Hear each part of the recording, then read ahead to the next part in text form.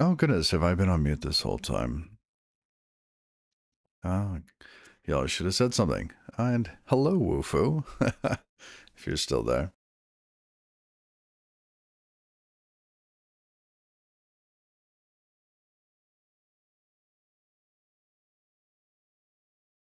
All right. So we are chasing an error in our test code. Get stream at is being called before we actually set the stream in our test stream. So Iggy is the system we are using for streaming. Piggy is our little fake alternate for our test code. As you can see, it's pretty basic. You just give it the stream that you want. We ignore the inputs.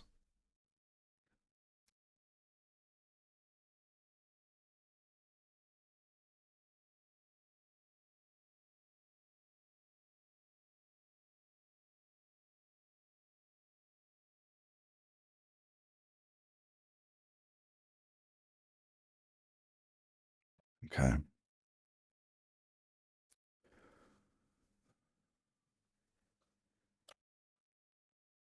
So here, get stream at.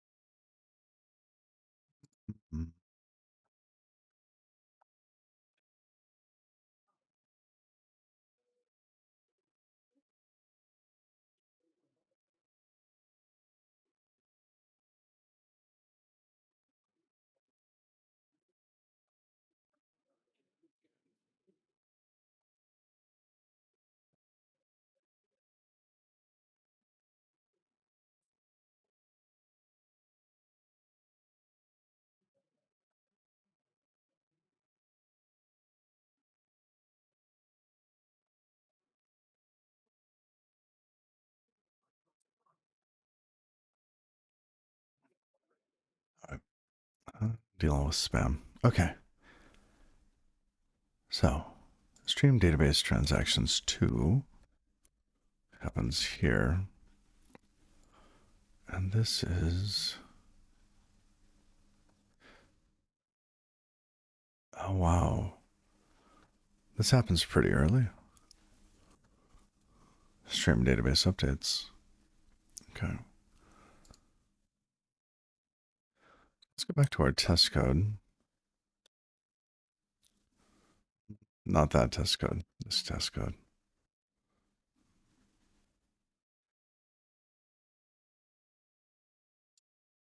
So after the database is downloaded, we call stream database updates. But we have yet to set the mutations. Do we want to? I don't think it matters for our test code. But we could create the stream first, basically set the stream first, and then mutate the database and do all of this. Or we just create it and prep it all before we even ask for it. I think that's fine.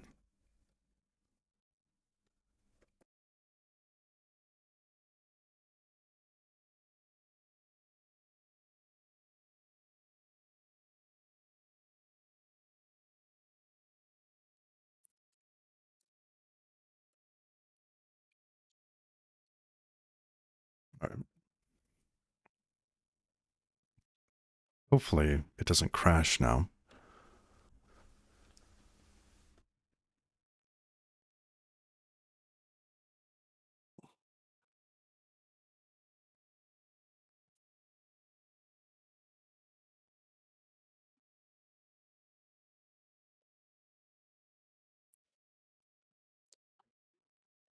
Ah, good. A different error. Replicate. Yes. Context 252. What is this?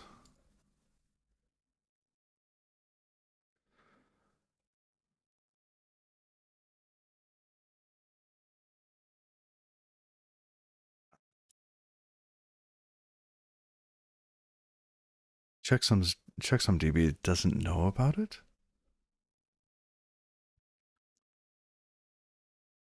So data plane and data archive treat their checksumdbs different. And I keep getting tripped up by this.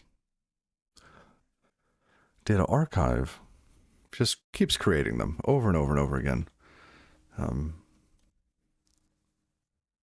except it has it here. But we ask for the checksumdb for our path, and it does not exist.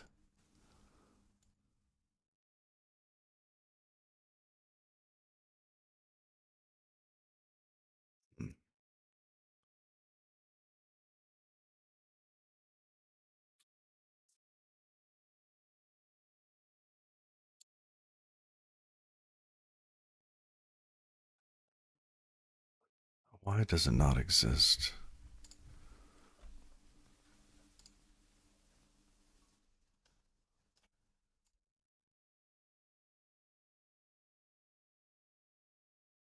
Oh, it's a path bus from the DB name. Isn't that what we were doing?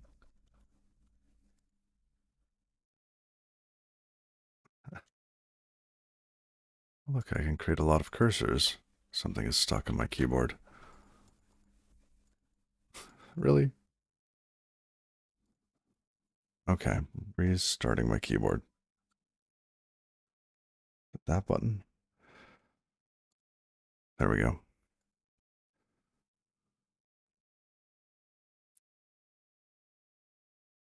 Oh, here. Yeah, DB name. No, this is different. So in this case, look at the difference. So self.db path, db name, db path takes the temperature, joins it with the database name. Whereas the other place we use this, we just wrap the database name directly in a path buff. So that's the difference. We do not want the full path. Ideally, we would make it so that it finds it. But I think if somebody is looking for something specific, they should be specific.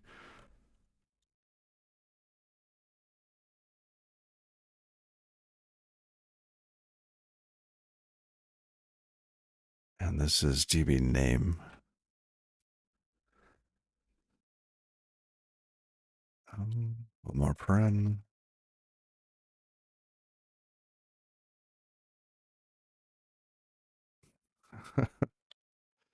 There we go.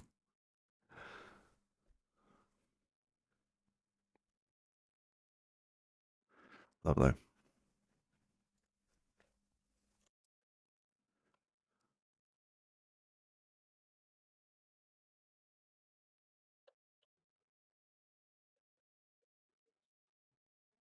And the test passes. Okay, but let's complete the test. It's great that it's gotten this far, that it's quote unquote passing. Okay. Now, what do we do with the data that we get back? So at this point, we're streaming a bunch of changes, but it should just be the changes that we generated here.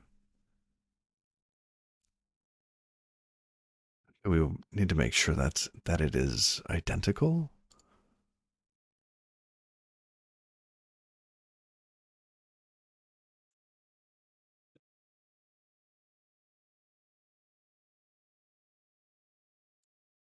Yeah, we need to check that this content is correct.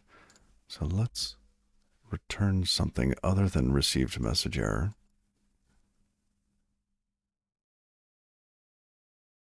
So what do we send through? We send through.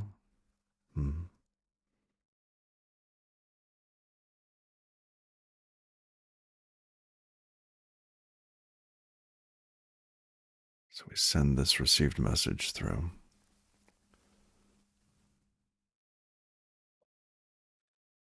We clone that. This is on Iggy. Do they implement clone for it? I don't know. I'm not seeing a clone.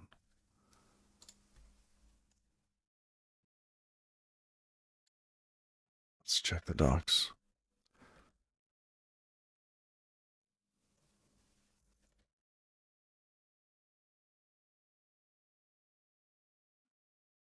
Oh, no clone.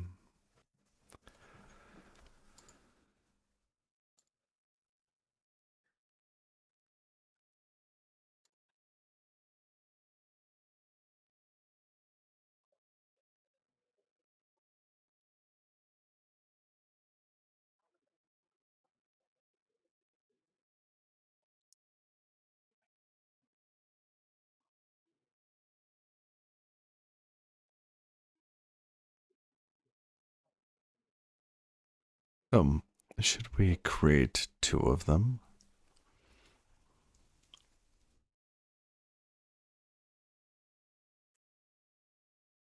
I'm most interested in this data being correct and maybe the ID, because the ID is our transaction ID, and that will be important for us.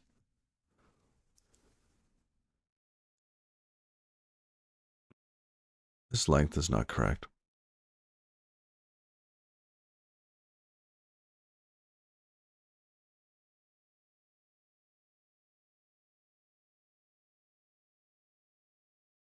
Length of the payload, yeah. That's not right in our tests, anyways.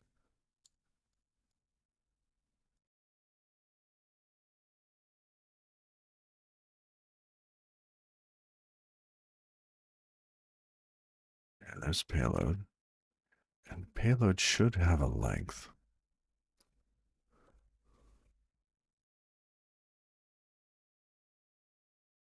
There we go. Uh,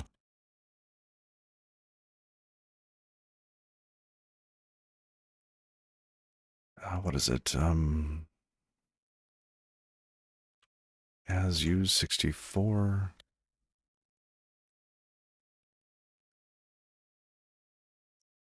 Yes. Okay.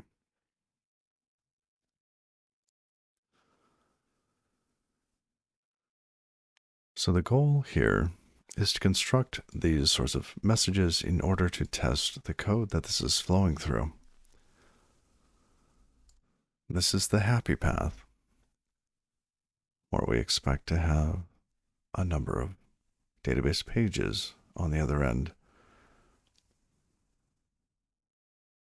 Perhaps we simply send the payload.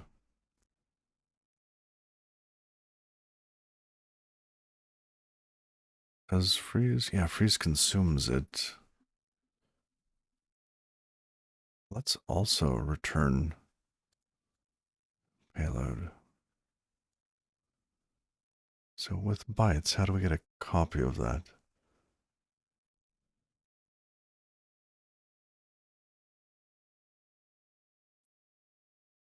So here's the structure, sharing.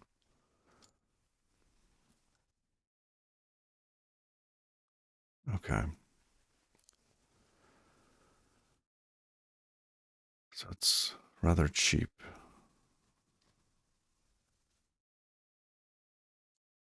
Might as well call the vtable function for cloning the backing storage in order to share it behind multiple bytes into. Okay.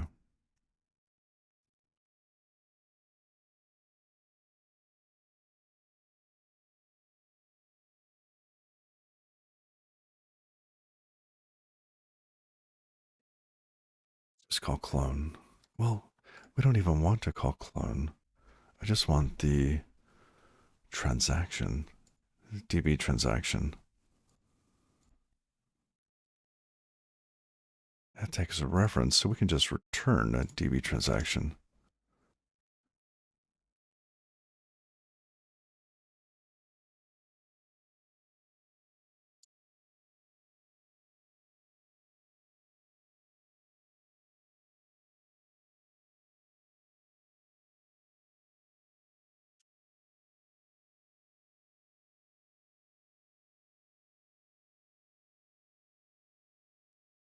Why are we returning? No, it's not a sender.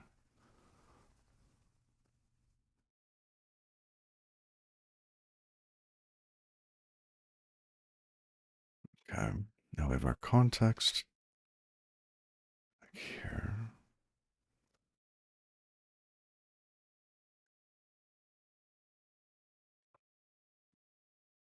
That function. There we go.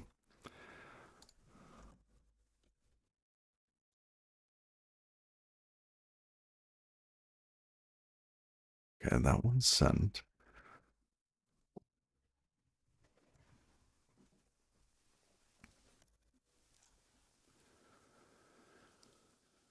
Apply database update stream. No, I think most of this just goes away. Let's clear the table. There we go.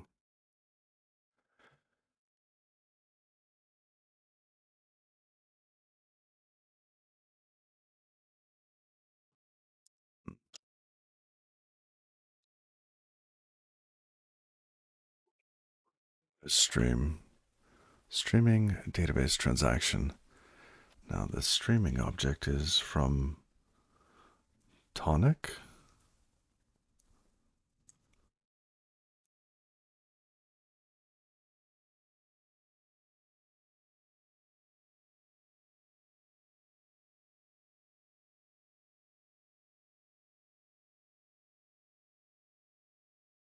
Fetch the next message. Okay.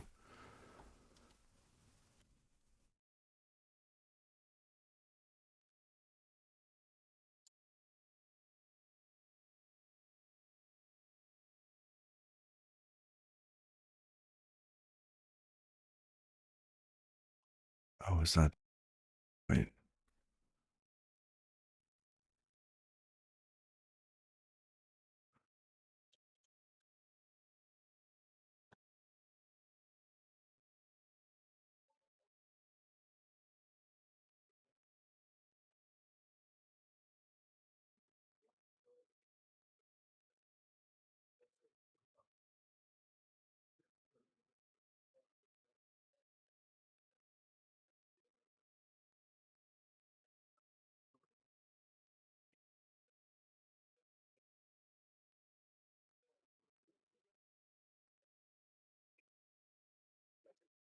So we should get a message. And this message. What? Oh, we have to await that. Of course. We have to await the message. We unwrap the result. We're in a test. Unwrap, unwrap. Okay. So now we have a database transaction. And this should be the same as the one sent above.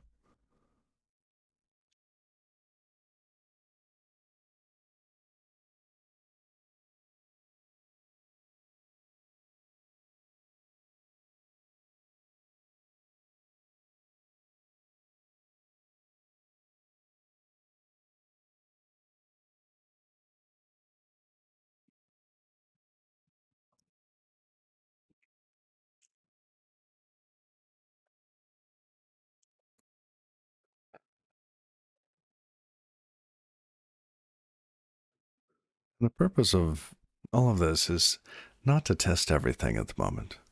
It's just to kind of rough it in, get the general shape of it, so we have some correctness enforced, but it's not so much that it's hard to change. On a none value. Ooh, interesting.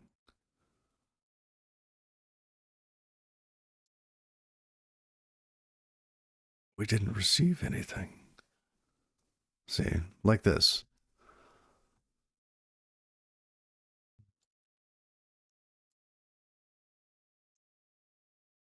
Stream database updates. So we have some mutations. We asked to stream it. Guess this could be up here after the mutation. We get the stream response.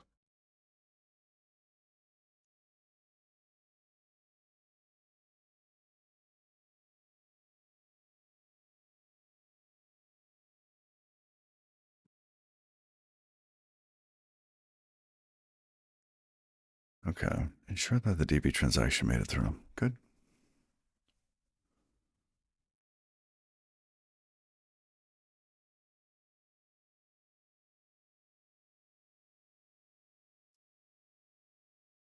So why is this failing? Now we start to add some debugging code. We received nothing. Why did we receive nothing?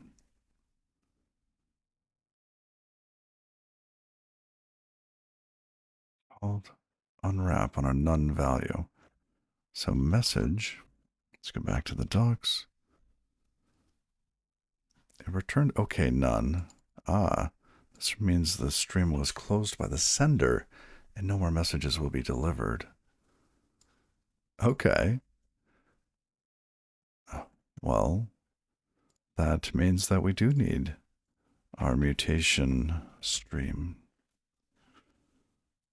because we dropped that.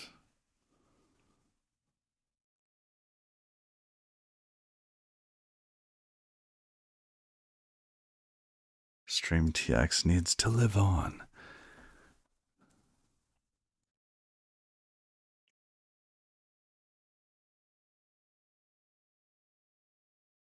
We could just store it in here.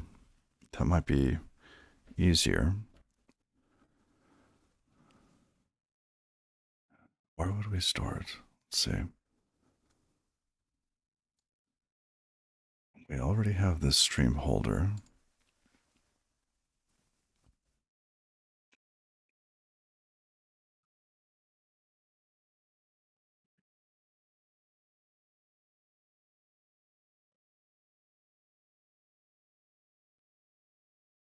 I feel like this here and the other piece should be together.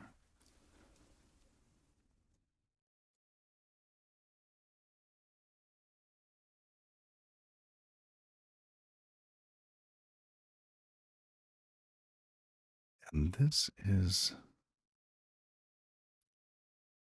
yeah, that's what's going into the, that's what we're sending our stream into so that it can be pulled. Where? No, let's make sure. Set raw stream. Here, yes.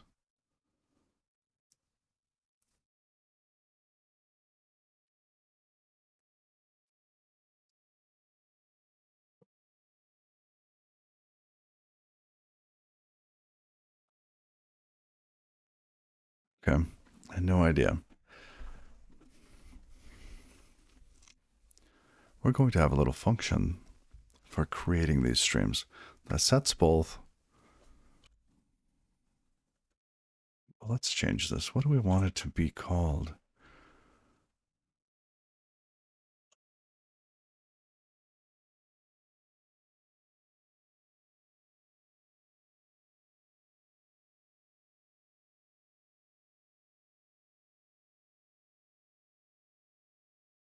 Something like that.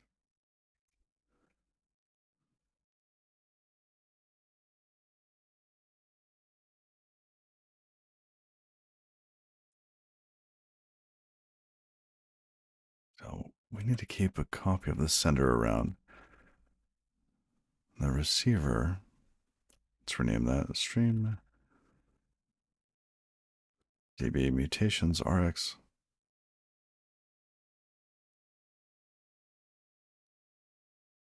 All right.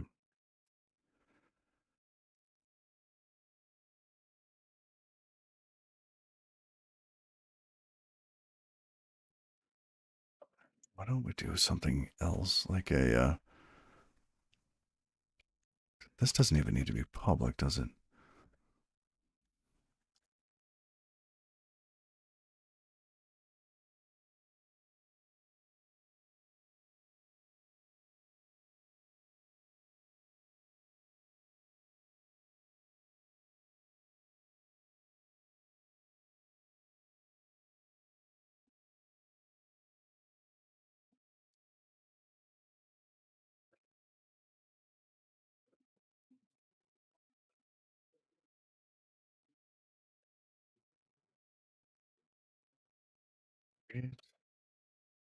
let's see, stream DB mutations, whatever.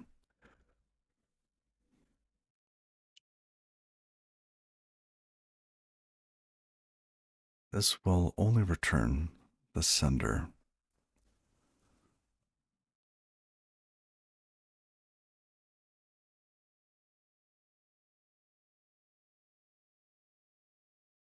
We will get rid of this.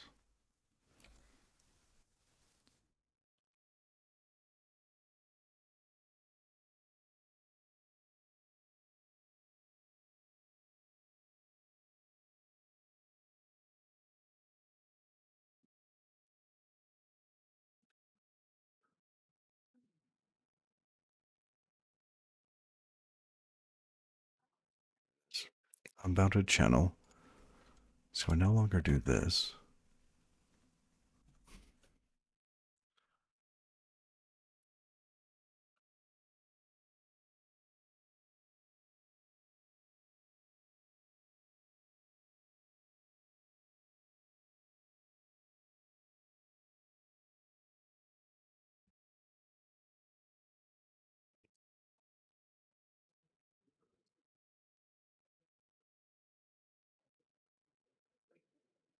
We have stream RX. Go ahead and wrap that. Good.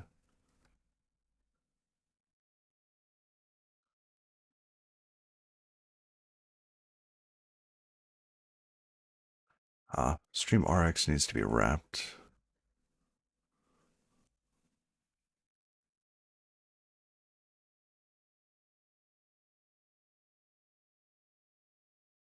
There we go. And let's return stream TX.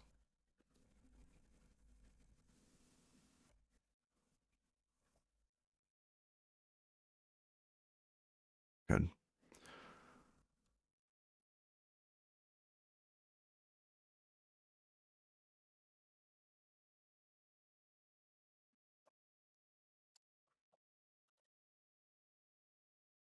So now we have the sender. We can clone the sender because this is an MPSC. Multiple producer, single consumer channel. So we can return one and we can keep a hold of the other.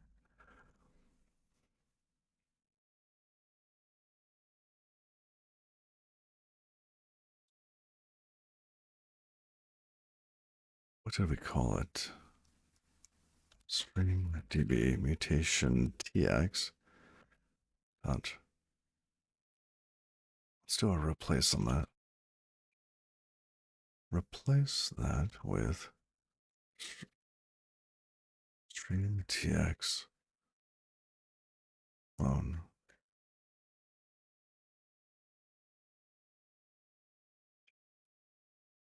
Yes. Okay.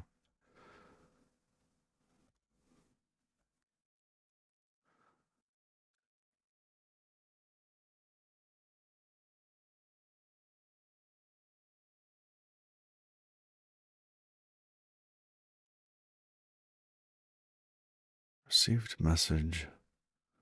Stream error.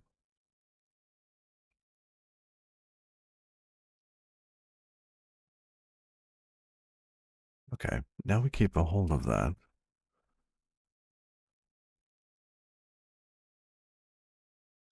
Stream TX. We're out there. I called it sender. Cannot borrow self. Now you can.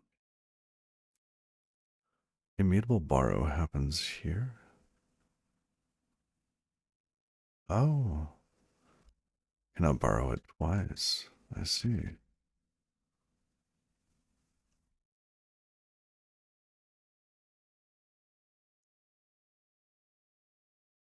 Let's just do this ahead of that then.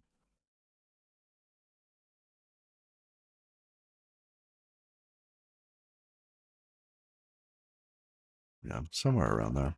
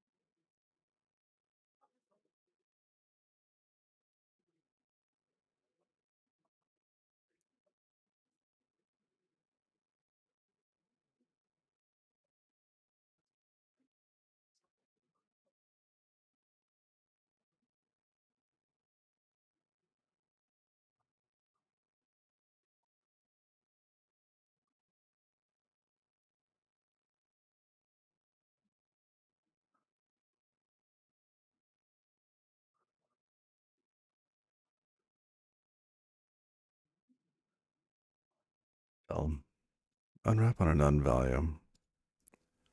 Let's double check.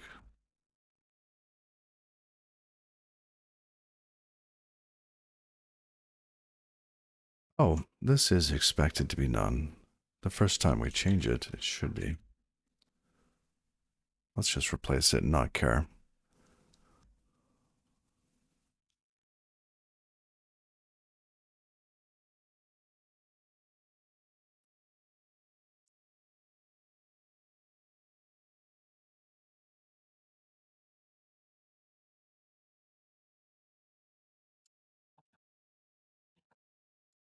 Oh, look at that.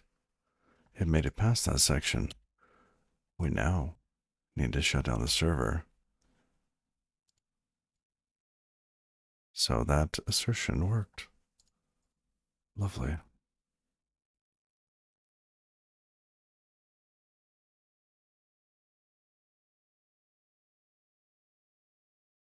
Or is it just pending? We're just waiting here.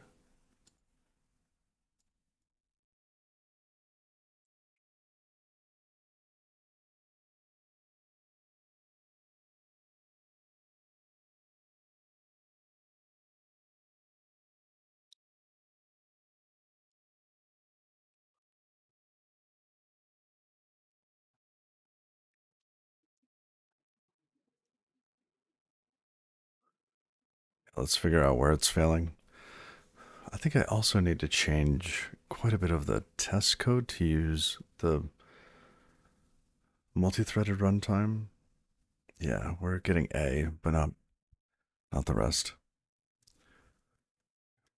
Out of curiosity, if we change this to be the multi-threaded Tokyo here, how do we do that? Tokyo test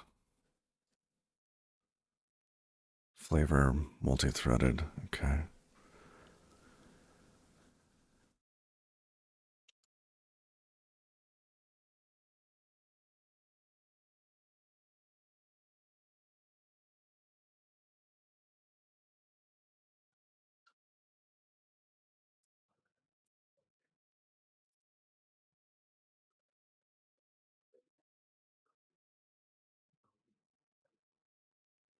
Behavior. I know I need to do this just across the board. I've had to change the way my tests work just to force the servers to be pulled. Because, yeah, same. Here we go. Page count changed. Interesting. What?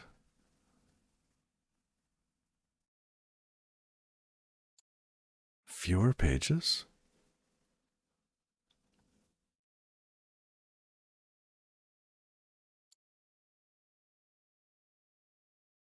Interesting. So now we have a different problem with the tests because it's multi-threaded. Stream end early? Huh. Do it again. I want to see if we get a different result. Left 2. 1. 1. So we've had 2 2s and 3 1s.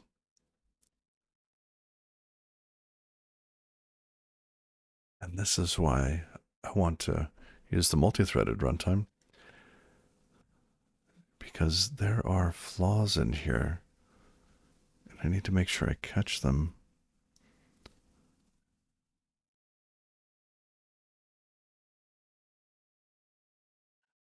So what that means is that this stream ended.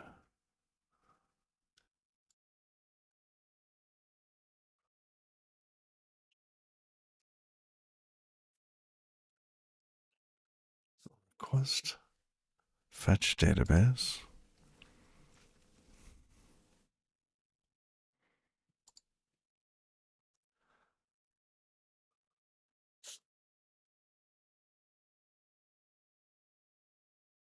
Because we get to this point And it's no longer some data. It becomes a none at some point. So request fetch database. Self.client fetch database. And this is the generated code.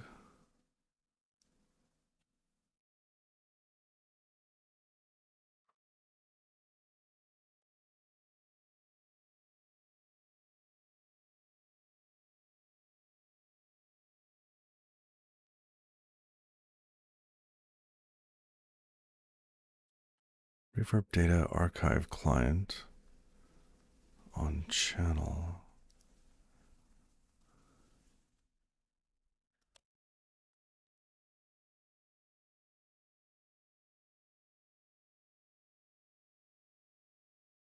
Transport channel. That's fine.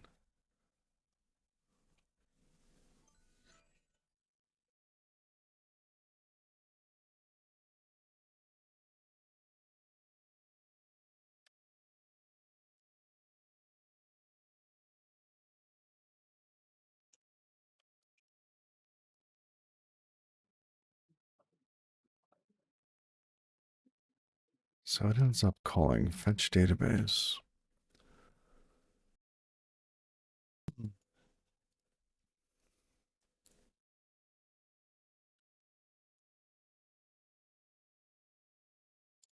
So we spawn a task.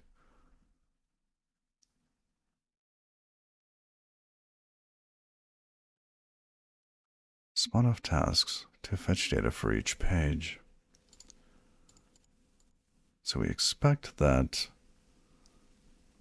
inside of our data store, we're using sled for our tests. We're using sled. And we expect that each task that we spawn will go and fetch a page. We seem to only get 1 to 2 before the channel is shut down. So we can see the sender is created. It's cloned for each one.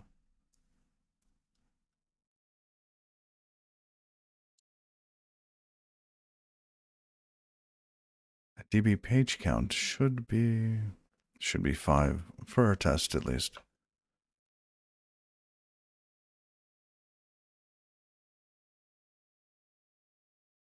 Let's just make sure.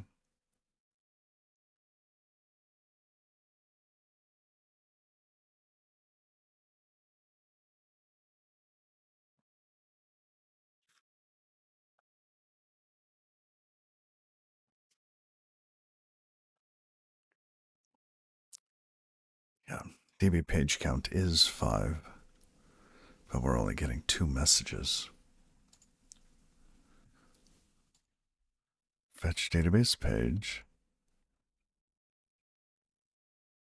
So why would changing the runtime adjust this?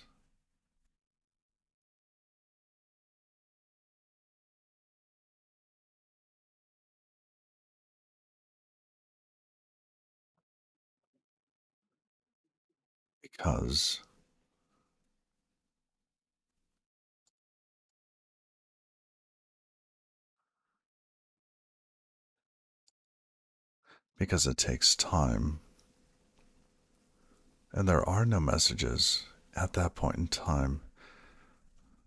Wait, let's make sure this is line 263 here.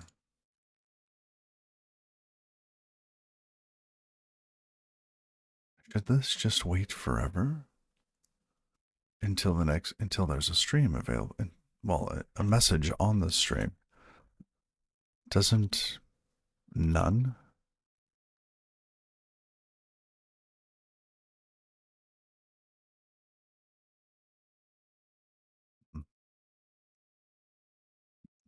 Doesn't a none mean that the stream was closed? And it should not be closed until each one of those tasks is completed. No, I know what transpose is. Stream ext. None if the stream is finished.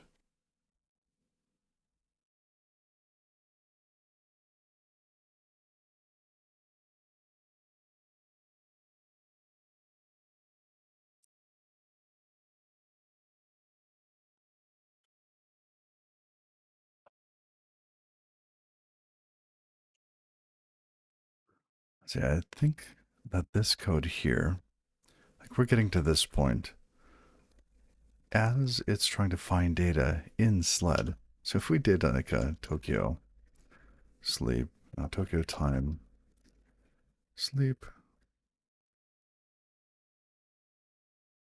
let's sleep for 1 second. If we did this, our test would probably be fine. Standard time duration.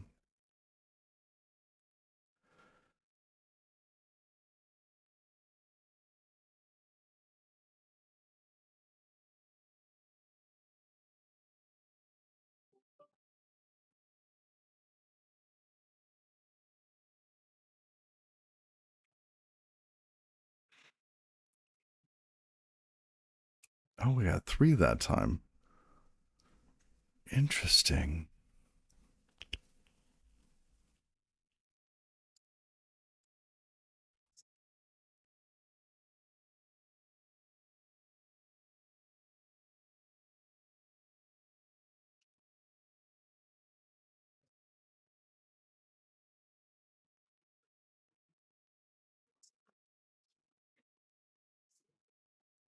How long do we have to sleep before we get all 5?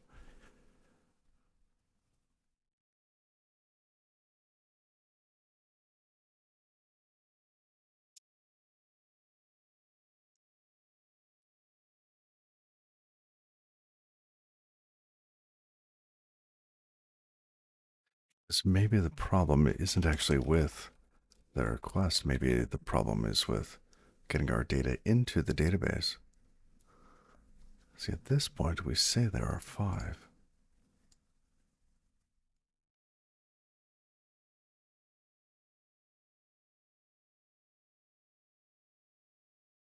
Okay, let's get rid of that. Line 263.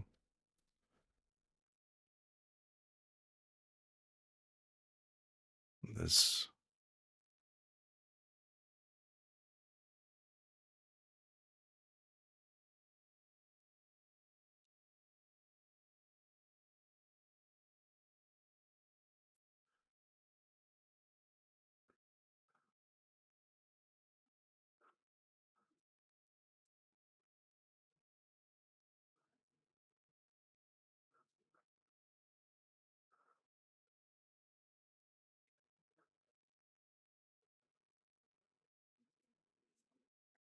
Ah, 1, 2, 3, 4, 5. It happens 5 times.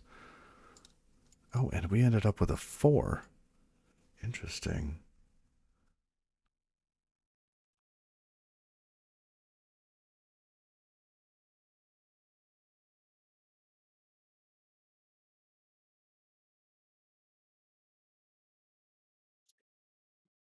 This is fun. This is kind of perplexing. Okay. So why would our sender go out of scope? Why would it be dropped?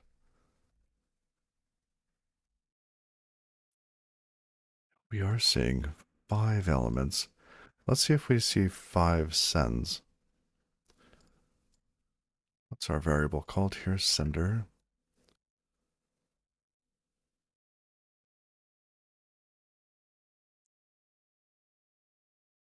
Let's debug this send result.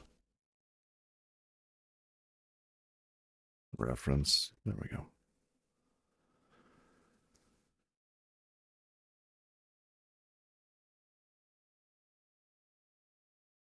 So we should see 5 of these.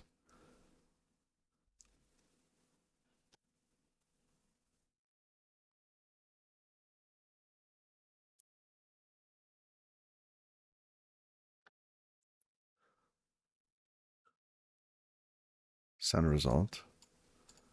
It's 1, 2, 3, 4, 5. They are each Okay, so 5 messages were sent and one was received.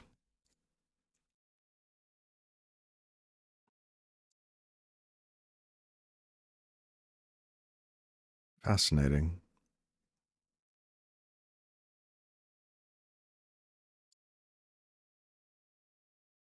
We know that it worked. We don't have to worry about this result piece.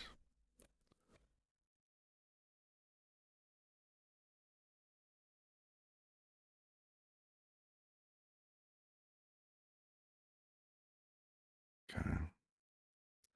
So maybe it's.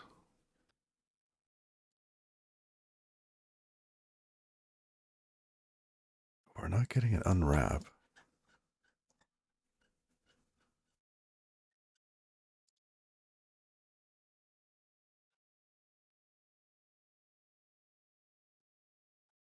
One, two, three, four, five. 5 cent, followed by test failure.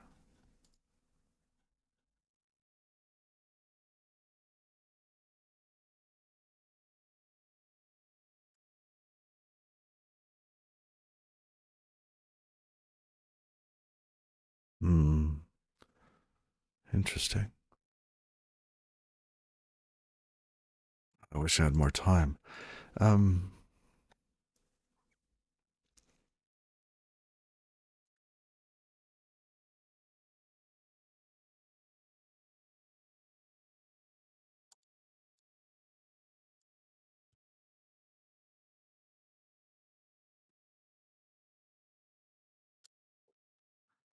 this spawns a bunch of tasks, and then they run. They appear complete before we get our assertion failure.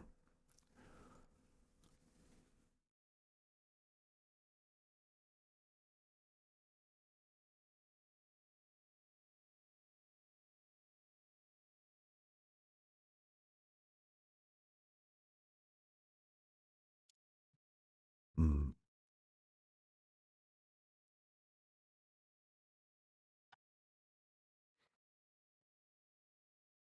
Why would that happen? Unless next is not awaiting a value.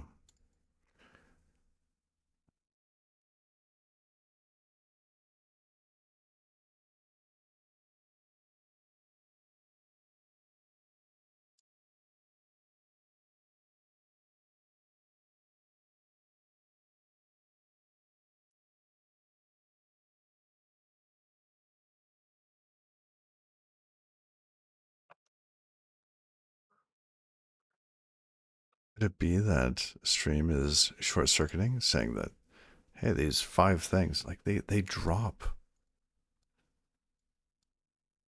their sender?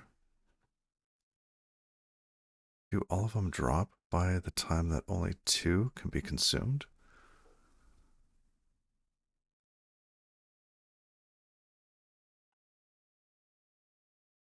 That would be a bummer. That How do we deal with that here for our test code? Right?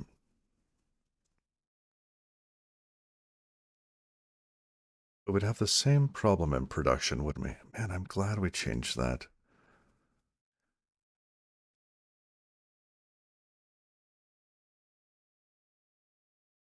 Essentially, we need to keep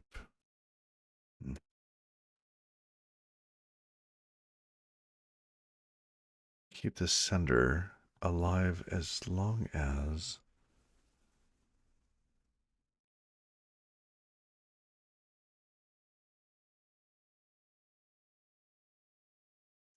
the receiver's there. Wait, is that how it's meant to work?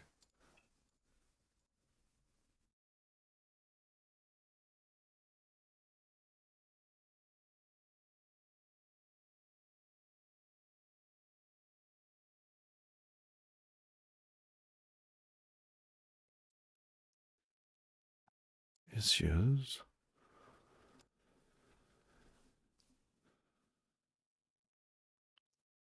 Um,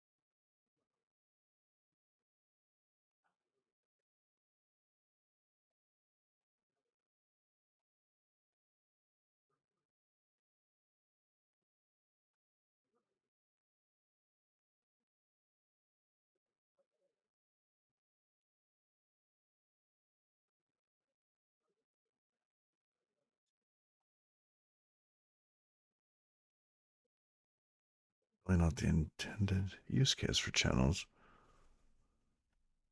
Hmm.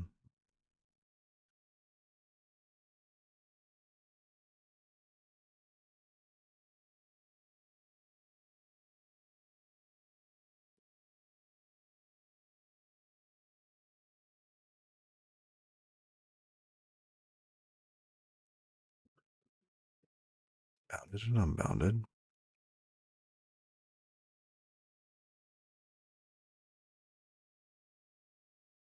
Sender and receiver for the bounded channel, unbounded versions for the unbounded channel. If there is no message to read, the current task will be notified when a new value is sent. If the unbounded channel is at capacity, okay, no.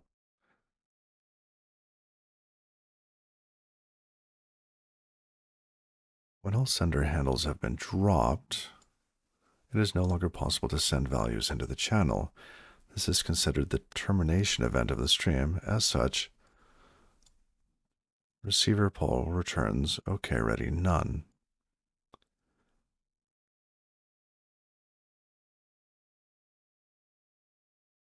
So when the sender handles have been dropped, it returns ready none, not when you've received all of the messages.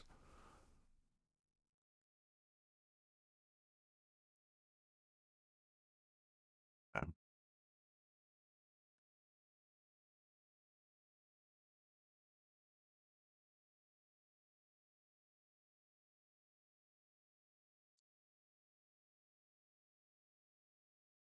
That's interesting.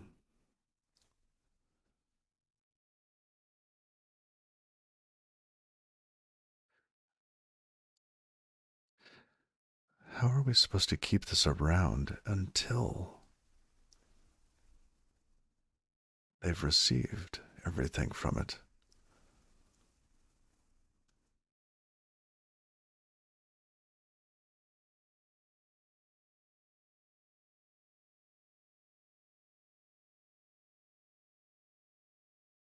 Is there a way to see how many values are still in the channel? Let's say a strong count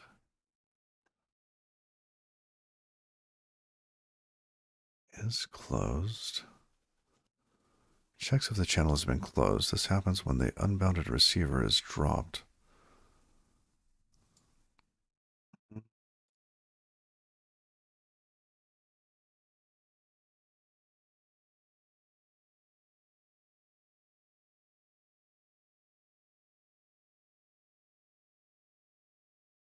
Here we go.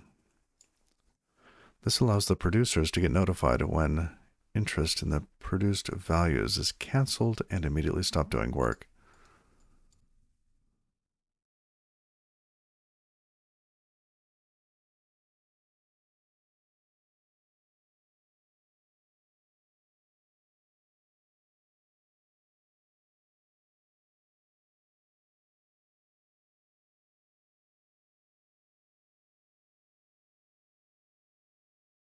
Got it.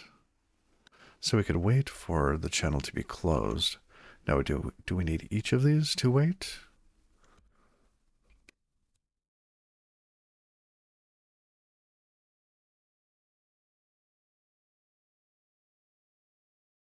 But we have another task that awaits that.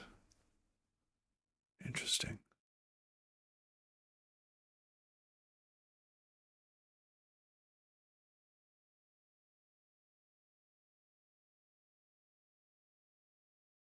Yep, it was moved. Let's give it a cheap clone real quick. Okay.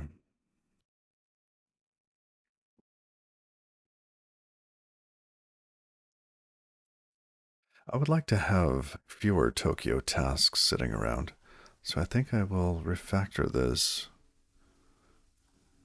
to have one task that just waits for it to be closed. Interesting.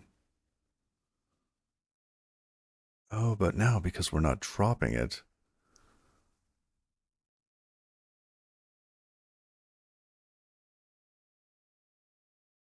now the client doesn't know when to stop listening. Got it. Okay. So at this point, the client is still waiting for data. It doesn't know that it's received every page. The client should stop listening after, let's say, 5 and go on. I don't like this. There's something uncomfortable with this. I need to think about it.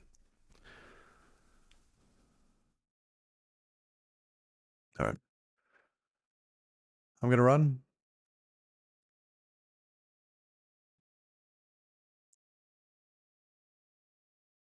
Let's see, who's streaming Rust today?